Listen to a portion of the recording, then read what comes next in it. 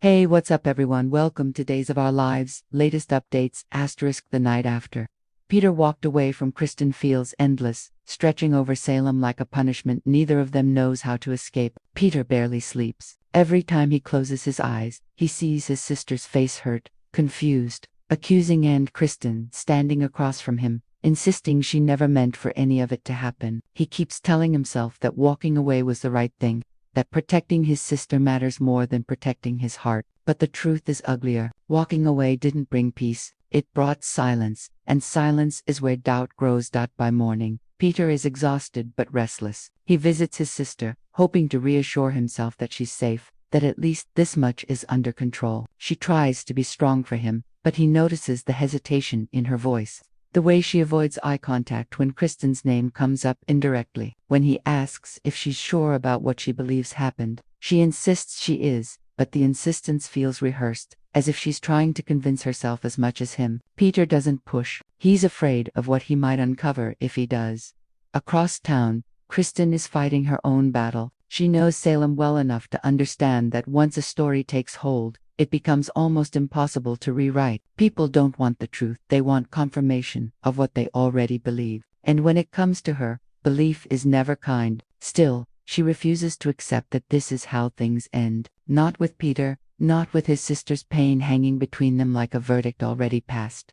Kristen starts making calls, quiet ones, strategic ones. She doesn't announce her intentions, and she doesn't ask for permission. She knows that somewhere in Salem, the truth exists in fragments, text messages, overheard conversations, someone who saw something and stayed silent. Kristen intends to find those fragments and force them into the light, not to save her reputation, to save Peter from destroying something he might never get back. Peter, meanwhile, finds himself pulled into conversations he doesn't want to have. Friends, colleagues, even strangers weigh in with opinions about Kristen, about betrayal, about how people like her always reveal their true nature eventually. Each comment hardens something inside him, even as another part of him recoils. He doesn't want their validation. He wants certainty. And the more he hears, the less certain he becomes.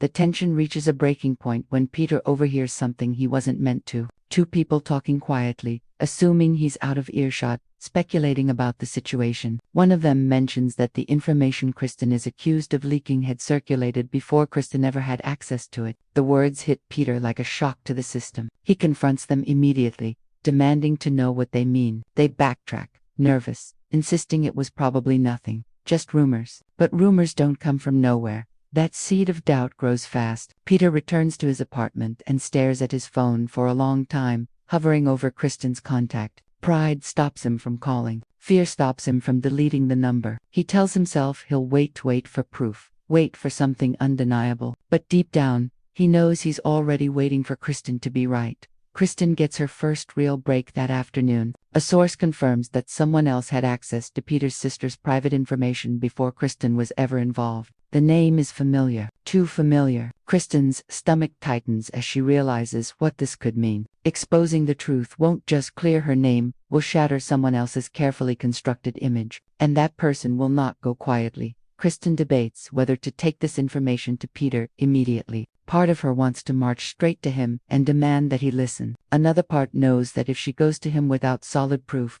he'll only see it as another attempt to manipulate the situation. So she keeps digging, even as the emotional toll mounts. She's tired of being strong. She's tired of being the villain. But she refuses to let Peter's sister suffer because someone else decided Kristen was the easiest scapegoat. Peter's sister, meanwhile, is unraveling. She senses that something isn't right, that the story she's been clinging to has holes she doesn't want to examine too closely. She remembers small details she dismissed at the time, a comment that didn't make sense, a look that lingered too long, a message that arrived suspiciously fast. The more she thinks about it, the more her certainty erodes. Guilt begins to creep in. What if she was wrong about Kristen? What if her pain was used against her? That night, Kristen finally decides to confront Peter, not emotionally, but strategically. She requests a meeting in a public place, somewhere neutral, somewhere emotions can't spiral out of control. Peter agrees reluctantly, more out of curiosity than willingness to reconcile. When they sit across from each other, the distance between them feels wider than ever. Kristen doesn't start with apologies, she starts with facts. She lays out what she's discovered so far, Carefully, methodically, Peter listens, arms crossed, but his attention sharpens with every word. The pieces don't fully connect yet, but they don't dismiss easily either. Kristen watches his expression shift from anger to confusion, from confusion to something dangerously close to regret. Peter asks her why she's doing this, why she won't just walk away and let Salem believe what it wants to believe. Kristen answers honestly, because his sister deserves the truth, and because he deserves to know when his anger is being used as a weapon. The words cut deep. Peter doesn't respond immediately. He can feel the ground shifting beneath him, and he hates how much of that shift Kristen controls. Their conversation is interrupted by an unexpected development.